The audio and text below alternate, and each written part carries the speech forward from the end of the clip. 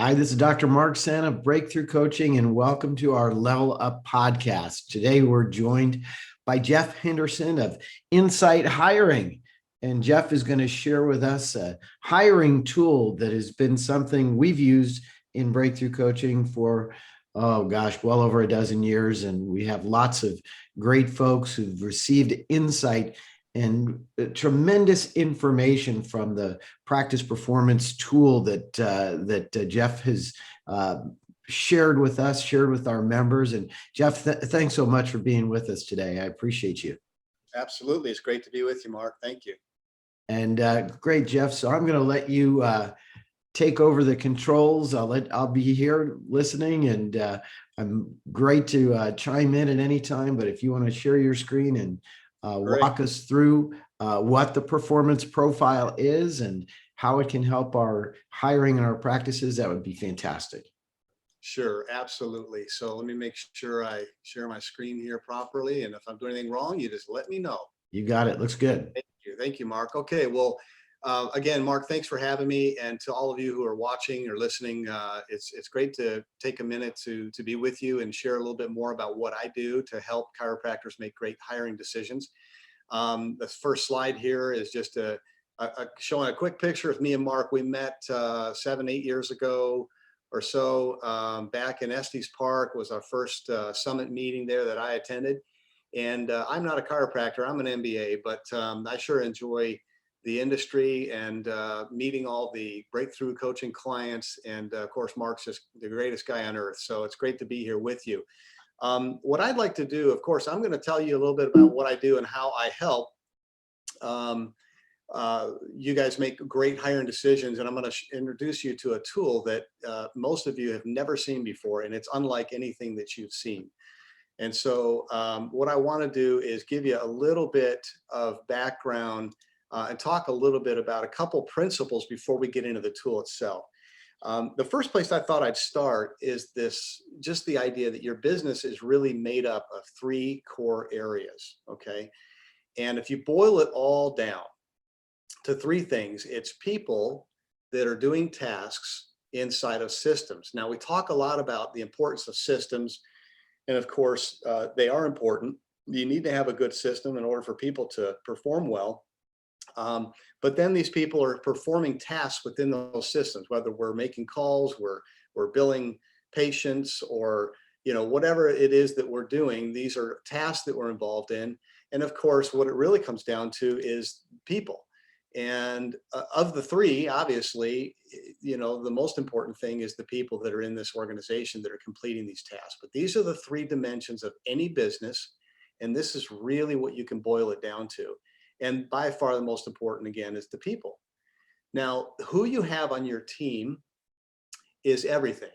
And if you've been in business long enough, you've probably learned this by now, that it really comes down to how your team performs together.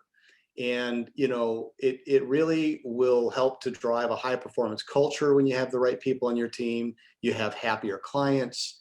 Of course, less headaches for you as an entrepreneur and as a doctor and a business owner. Increased profits. You'll have a sustainable business. You'll get referrals because of the kind of culture that you have and the high performing team. So it's just everything. And so hiring is one of the single most important things that you can do as a business owner. You probably already know that, no surprise. If you do not hire the right people into your organization, then your performance as a business, your culture, and your profits will eventually suffer. Your team's performance controls everything. Sorry about the siren going by here. Somebody's having a bad day. I just literally yesterday read an article, and I just have to share this with you, the cost of not getting this right. These are updated statistics, and I want to share 3 out of the 10 that were in this article. The first, it said that replacing a fired employee costs you as a business owner, on average, between 30 and 50% of their annual salary. And it's broken down in several ways, but It's the cost of having to recruit again. It's the cost of training and the interviewing and the hours that are spent and all of that involved. It can be up to 150%, the article said, of their salary. So it's a huge cost.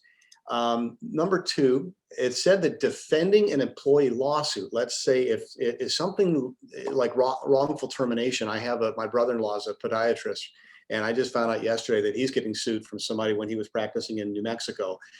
And, it'll probably be thrown out. But the point is, it said the lawsuit can cost your company as much as 75 to 100,000 just to defend the lawsuit. And that's hoping that it gets thrown out. If it goes further into trial, it can cost a lot more. So it's important, right, that we have the right people on board, because you never know who you can let into your company on accident. The third one, real quickly, is nearly 50% of new hires fail within 18 months of being hired. I found that remarkable. Now, what's the definition of failed? And the article then said you'd assume that companies carefully interviewing and vetting candidates before signing them up, but it's basically a coin toss whether a new hire will find success or not. Well, what I'm about to show you will dramatically reduce your odds of this becoming a problem. It's not foolproof. It's not perfect. Nothing is, but it's going to make a big difference for you. And then finally, 23% of workers felt misled during the job interview. Well, what that really means is they got in and what they were experiencing was not what they really wanted or what they saw during the interview. And the lesson there is that employee to role fit is super critical. So even though somebody can do the job, and that's one of the questions we're trying to answer, that doesn't mean that it's the right fit for them. And I'm going to show you how to find out if it's a good fit for them, which is critical. So it's just very, very recent stuff. So real quickly, and I'll try to go through this as fast as I can. Have you ever regretted a hiring decision? All right. We've all been there. It can be brutal. Do you wish you had a way to sort of pull back the curtain on job candidates so that you can know what you really have? What I'm going to show you is how to solve this problem so that, the goal is to make your very best hiring decision, a much safer, better hiring decision, and then getting out of this feeling that you have no control, because that's kind of what it feels like, right? We just don't have control over our results. The goal here is to make your life a lot easier as it relates to hiring. And over time, I tell my clients this over time can transform your team and your culture and even influence your profits, because the team is everything, as we've talked about. All right, so I usually will cover the 7 biggest hiring mistakes before I get into the tool, and I'm not going to do that because we don't have a lot of time. But I just want to say, if you would like to email me at jeff@insighthiring.com, I will send you the 7 mistakes report. It's a really quick read, but it's a great reminder with some interesting insights of the 7 biggest hiring mistakes that small business owners make. So just email me. I'll send it to you. No big deal. And let's get into it. So there's 3 golden questions, Mark, when we're really trying to hire the right person. Okay. And I like to boil stuff down to 3, I guess. I don't know what my thing is about that. But the question first is, can they do the job? I mean, that's obviously the first thing we're trying to find out, right? But there's another question that is just as important, and that is, will they do the job, and will they for you? So just because somebody's had experience in this role somewhere else, or just because they can do the job, it doesn't mean they're going to perform well for you. This is a very different question. This is hard to figure out, and I'm going to show you how you can kind of get a lot closer to figuring this out. And then the third question is, what are the risks that they bring to the table? In other words, nobody's perfect. What are the challenges they might bring? What am I going to have to put up with, right? Because as a business owner, really your first goal, and Mark, I'm sure you would agree, is to protect the practice, to block a bad hire, right? I mean, obviously we want superstars, but the first thing we want to identify any risks so that we can protect our practice, because this is your rice bowl and your culture. So, as I mentioned, the number 1 goal is to reduce your risk. The big problem, this is it. Who is hiding behind the mask? We're all running around wearing masks in the pandemic, right? So I thought this is kind of a apropos sort of a metaphor. And it's really true, though, isn't it? People are putting their best foot forward. I mean, I'm married. I put my very best foot forward and I did my best sales job to get married. And then my wife found out over time who I really am, right? And fortunately, I married just a great woman, but she had to put up with some stuff and still does. But who's hiding behind the mask? That is the problem. And we really don't know when it comes down to it. We review resumes. That's important. We check references. That's important, although we got to be careful there and can't just trust them. We interview people, and some of us are better than that than others. But even those of us who really have a skill here, we don't really know. And this is the thing that makes hiring so difficult and what creates the risk. Here are some questions. How are they really going to work with others on my team? How are they going to deal with clients? Are they going to get testy and offended? Are they going to be short? Are they professional? Are they a team player, or are they an individualist who's sort of on their own agenda? Okay. What are their attitudes like? This is the number one thing to be hiring for, by the way. If you can figure out what their attitudes really are, that is the deal, because you can teach people anything. But what kind of work-related attitudes or personal attitudes do they have? They're not going to tell you, Mark, in an interview, are they? What about their work ethic? Are they very persistent? How about this one? Emotional control. Okay. A lot of my clients, they talk about some of the stuff they go through with their newly hired candidates and what they learn about them over time. Problem solving. Can they problem solve? Is it the right fit for our culture? Are they the right fit? And then most important, what are the specific risk areas that they're not going to tell me about in an interview, but I really would like to know so I can protect myself, right? Hope that's making sense. Well, here's the good news. The good news is you can know this, and I'm going to tell you how. The key to this, and this is why I want to give you some background so you understand why this works.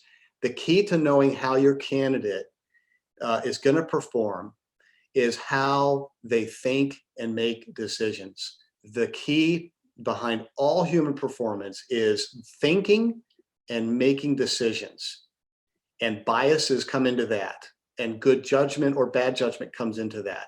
That's the key to human performance. And I wish I had 2 hours to talk about that, but that's the real deal. And let me explain it as best I can here. This will just take a minute. If you think about the people you know, the people you're close to, or you yourself, and what our MO is, how we perform and what we do, it all comes down to 4 steps. The first step is that we perceive information around us, and we're using filters all the time in our biases to pay attention to certain things and then let other things go, right? And that's just the natural step.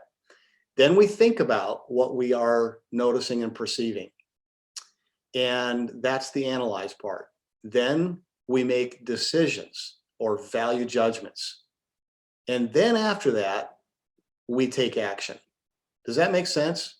So the behavior that we see in others and in ourselves and the results we get, we are looking at that 4th step, the taking action step. But really, if you think about it, nobody's taking action. We don't ever take action until we first have made a decision, right? And we didn't make a decision until we thought about what we're experiencing and what's going on. So the point of this is to say that if we're only looking at behavior and results, we don't really know what's going on behind the scenes and why people behave or perform the way they do. And also, if we can understand what's happening before people take action, what the thinking and deciding is, and what that's like for people, we can actually predict attitudes and problem solving and how they treat others and all the things I just mentioned that you want to know. Does that make sense? So you'll know who's behind the mask and what you can expect, so you can stop the guessing game, because hiring, that's the risk that's inherent in it, is it's a guessing game. So let's get to the tool. You're not going to have to figure out how your candidate thinks and makes decisions. It's done for you. This tool is already done.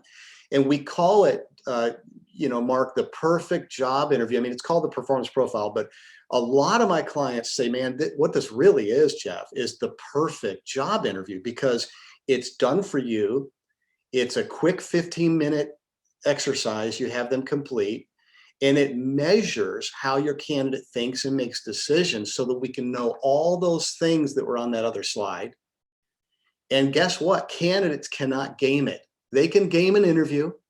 They can game a DISC, a Myers-Briggs, a Colby, other tools that are looking at behavior. See, they're behavioral tools.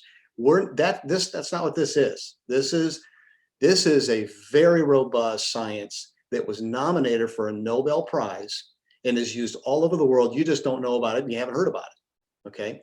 I found it 20 years ago and it blew my mind. So candidates cannot game this. So you're going to have them complete a quick online exercise called, we like to refer to it sometimes as the perfect job interview. And then you're going to know what you have behind the mask so you can make a much better hiring decision. So let's look at this. So you're going to give them a login, username, login, and I'll supply that to you. And then you're going to basically, after you've had a chance to interview your candidates and you've boiled it down to one or two top candidates, and you really think, okay, these are the best fit as far as I can tell, but I don't want to make a decision yet. Then you have them go take this online. It's not a test. It's just a simple exercise. And there are directions when they get there that say, rank these items from best to worst according to you. The best item gets a 1 and the worst item gets an 18. Now I want you to take a look at this. There's these random, and I just have a few here, random words or phrases, and they rank them. And then they do the same thing in a second list of 18 items. They just simply rank them. I want you to notice a couple things there. The first thing that you notice is that there are no questions. This is not a self-test. Okay. Self-tests are subjective and people, they can read into the question. They know what you want to hear. And that's pretty, those tests are good for once they've been hired and you want to do some team building stuff. That's great. I don't have a problem with them. I think they're great for what they're, useful for. But anyway, no questions, not a self-test. Items are random. They have no idea what's being measured. It measures thinking and decision-making, not behavior. We're getting to what's the thing floating in the water? I can't even think of it. Underneath the top. What's it called, Mark? An iceberg. That's right. Yeah. I couldn't think. And number 4, it can't be manipulated. They walk away from the experience wondering what you could possibly know about them. It's real fun, actually. This is called the Performance Profile. It's nominated for Nobel Prize. And it's got all the proper validity studies done, just so you know. It measures performance directly. You've actually asked them to go think and analyze and make decisions and value judgments. And they've performed for you directly. It's not indirect. It's EEOC compliant, does not invade privacy or discriminate. And the best thing of all is that all the other things it measures, it reveals hidden risks. That's what's so awesome about it. No other tool does this. So let me show you an example. Now, we have reports that are like, for front office or just general applicants or customer service type things. And we have reports for managers and associates. This is a manager report. So what you get when they've completed the exercise is a simple 5-page report. Now, this is page 2 of this is a sample manager interview guide. Okay, so it's not just a risk analysis, it's also going to give you some tips on how to interview these people for a follow-up. This is page 2, and what you see there is that this just covers generally what their attitudes are, their problem-solving abilities, their self-image, motivators, and stressors. Okay, this person, if you look down at stressors, is currently experiencing a lot of frustration, anxiety, and doubts and questions about the future and their goals and all kinds of stuff. And there's a lot behind this that I see that I would tell you more about. But anyway, this is page 2. It's just a flavor for the person. Then we go to page 3, and I want to show you this. If you look at that bottom table there, well, let's look at the middle one. The middle one is telling you that there are 4 different risk levels for anything that we identify. It's going to tell you whether it's a low risk or all the way to a real risk, a very high risk.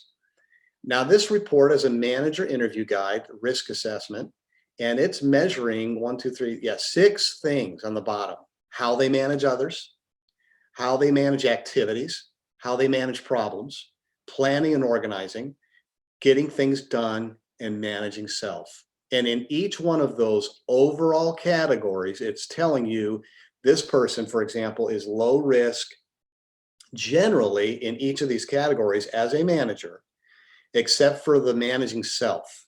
That's a situational risk, which is not terrible, but it's getting up the scale. All right.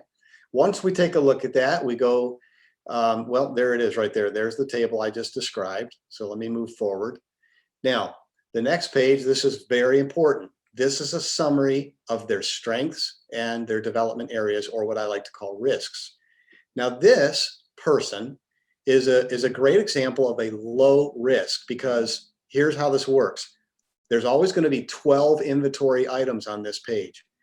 You can have the most strengths and least risks you can have is 9 strengths and 3 risks or development areas. Does that make sense, Mark? So on this is a low risk person, probably a good hire, and it lists their prioritized core strengths. This person's most obvious core strength is persistence and problem solving. You see that? If we look at the bottom of the page where they list the risk areas, there's 3 of them. It's always going to give you at least 3 risks on these reports, because it's a risk analysis. It's trying to give you a heads up on stuff.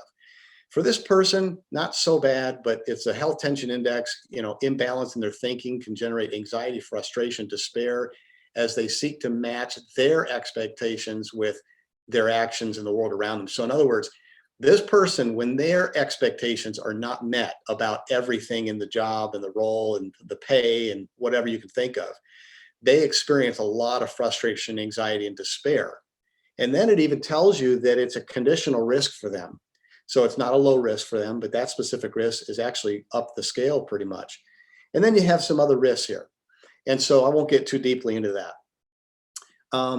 This is an example of a situational risk candidate, because they have 8 strengths and 4 risks. So now we have more risks. And you notice at the bottom where the risks are, each risk has a different risk level as well. So the first one, look at that real quick. Results oriented. And what's the risk level? Real risk. That's the highest level, which means you will experience this problem. You're going to see this. And it says lack of attention to results will lead to delays in decisions and can interfere with getting things done. And there's another page, by the way, that kind of tells you more about that risk. This is just a quick little bullet point. Attention to concrete detail is the second one. So this says the person lacks attention to immediate circumstances. And look at this, bumps into the world, susceptible to sloppiness and messiness, right? Now, probably because they're so in their head. I've been doing this a long time, and I can describe why that's happening. Plus, I see the numbers in the back. Common sense thinking is a risk. Sensitivity to others. It says tendency to be indifferent to others. Interesting. Would you want to know that? Would you want to know that? I mean, you would, right? All right. Now, let's go to a conditional risk, 7 strengths and 5 development areas. Look at the first risk under prioritized development comments. Attention to policies and procedures. Says that this person will challenge standards simply for the sake of the challenge. How about that? Now good stuff to know, right? And then it says real risk. All right, let's go to real risk. Believe it or not, some people show up as a real risk where they have 6 prioritized strengths and 6 development areas. And this particular person here has 6 risk areas, and they're all real risk. So let me go back to conditional, for example. Actually, I'll go back to situational. Situational is maybe a good hire, but let's take a deep dive and talk about this. Conditional risk is probably not a good hire. And Mark, real risk, 6 and 6, that's run like the wind, okay? All right. So I hope that makes sense. Now, you see I'm highlighting this, this little section here in the risk area. What I'll tell you real quickly is that the report gives you a code for each risk. See that WEI 14B. The reason it gives you this is that you can, when the risk is a real risk, you can actually go to something called the Online Reference Manual. And you can actually log in, and the login is ref, the password is manual, as you see there. And it is going to give you information about that very risk. It's going to tell you all about it. All right. So you see all along the left, you have all these codes. You go find the code, and then you look up here, and it gives you a description of the problem. These persons are individualists. They're nonconformists in their thinking, will likely overtly or covertly do their things their own way, right? So I won't, bore you with that. But then it basically gives you the general effects. Here's what you're going to see, okay? And there's more information below that. Then what it does, Mark, is it gives you interview comments, okay? I don't know, Mark, if you've ever seen the Online Reference Manual, but anyway, it's pretty cool. It actually says, if you're going to drill down a little deeper, here's what you need to do in your next follow-up interview to really understand this risk that has been identified and see if you can kind of get a sense of what's happening there. Okay. So super cool resource, because it's also an interview guide, not just a risk assessment. And so really, really great information there. Now, in general, I don't know how long that took. Maybe I'm moving too slow, but how our service works. So what happens basically is that my clients have, I give them a unique login for the exercise, for the online risk assessment performance profile. And then when they're hiring, so this is step 2, they go through their normal hiring process. And I'm sure you have one. And then when you get down to the interviews and you've boiled this decision down to like 1 or 2 of your top candidates, that's the time, and not before then, for me to help you, right? That's the time. And what you do is you basically boil it down, and then you have them complete this simple 15-minute online exercise, which is like the perfect job interview, because it's going to do what you can't do in an interview and what you would never see. And then once they're done with the exercise, you're going to get an email that gives you the 5-page risk analysis that's identifying all the stuff we talked about. And then you and I set up an appointment. And Mark, as you know, I work with a lot of your clients. I get on the phone with them and we actually go over the results. So there's a live consult that's with this, because frankly, you don't want to book on the person. So you get a very straightforward, brief 5-page risk analysis. And I get on the phone because I understand sort of what's happening in the background. I look at the raw numbers, and I describe for you what that analysis is really saying and what you're going to experience. But I also talk to the client about, okay, what is the role? What are you looking for in that role? Most of my clients have done their own profile. So now I know the dynamic between them and how that person, whether that person's going to work well with them as a boss. Okay. Super critical. So there's a conversation, and I help the client make a great hiring decision. And a lot of times it's, hey, this person will be okay. These are the risks. You already know it. Here's how you deal with it, how you manage them, right? Here's what to look out for. And then sometimes it's, I keep looking. This is too much risk here. Pretty straightforward. Now, here's what's interesting. It's not just for hiring. I know we're talking about hiring, but if you have an employee that's got some issues and you want to know what's really going on behind the scenes and understand their thinking, you can have them complete that quick little exercise, and you're going to have tremendous insight. And then you and I can get on the phone and we can talk about, how to deal with that employee or the situation, and possibly what the reasons are. You can know how to motivate or manage current staff, because when you get the report, you're going to know that. You're going to know, what is this person actually motivated by? And some people it's money, and some people, believe it or not, it is not money. And there's a whole host of things that are on that, the risk analysis, telling you what they're motivated by. Internal promotion decisions, right? Sometimes we're hiring from within. So you want to run a report. All my clients run it for these other reasons as well, not just hiring. And the other thing is, 20 years ago, the way I found this is I actually completed the exercise and I got what is called a development report. It's not a risk analysis for hiring. It was a phenomenal, life-changing report that I got that helped me understand what my biases are, what my blind spots are, what my talents and strengths are, and also tips on what to do to perform at a higher level. So we do have development reports. So everybody's taken the same exercise, but depending on the application, you get a different report.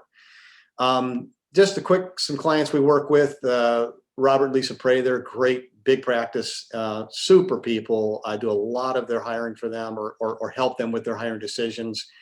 They love it. You know, Timothy Gallagher, great guy, talked about how creepy and accurate the thing was. he used it for all his hiring. Jim McDaniels, former president of Vermont Chiropractic Association. There's just a bunch of testimonies. This guy's a podiatrist. I work outside of chiropractic as well, another podiatrist. Mark, you asked me to do breakthrough coaching clients a favor and kind of give them something here. I got a couple things that I think. First is that you can experience this thing risk-free. So here's how this works. If you really want to kind of test this tool and see what it can do and what it can read, this is you do this on a current employee, and you have them complete the exercise. You're going to get a 5-page risk analysis and a live consult with me. I'll actually go over the results and tell you all about that employee. And then you'll know if it's accurate, right? Because you already know the employee. It doesn't do sense to do a quick trial on a new candidate. You want to kind of experience this thing.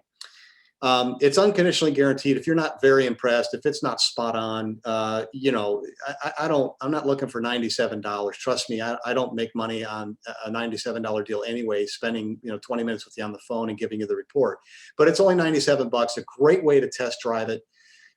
Here's how that works. I send you logins for the system. You have an employee complete it. We'll set up a time, go over the results. Pretty simple. My email is jeff@insighthiring.com. Or you can pick up the phone and call me. My number's down there on the screen. 919-847-1950 for those who might be just listening and not watching. And then a couple free things I thought I'd throw out there. I got some really great tools and templates, how to build a job profile for every role in your company. It's like a template and a guide for that. How to write ads that will attract the right people. If you want some of these, I often offer that on my webinars. Just email me, jeff@insighthiring.com. I do a free e-newsletter, again, cover things like hiring, motivating, managing, improving your performance, giving feedback to, your team, some great helpful tips and suggestions and things I'm always trying to put in front of you. That's free. You can email me at jeff@insighthiring.com. And if you just want to jump on the phone with a free consult for what's going on with your team, or you got questions, feel free to call me, 919-847-1950. But that's basically it, Mark. I hope I didn't take too long or go too fast. Well, Jeff, this is great. And if you're listening, I totally encourage you to go ahead and do the test drive on one of your employees. I know we've done it on all our team, and it's very insightful when you do it on yourself and you know how to best make sure that you're supporting your employees and altering your communication style to make sure that you're getting the best out of the folks that you do work with. So, Jeff, I really appreciate you being with us today, and hope to see you again soon. And for all of you who are listening, I hope that you make today an exceptional day. Dr. Mark Santa, signing off for Breakthrough Coaching and Insight Hiring. Thank you, Mark.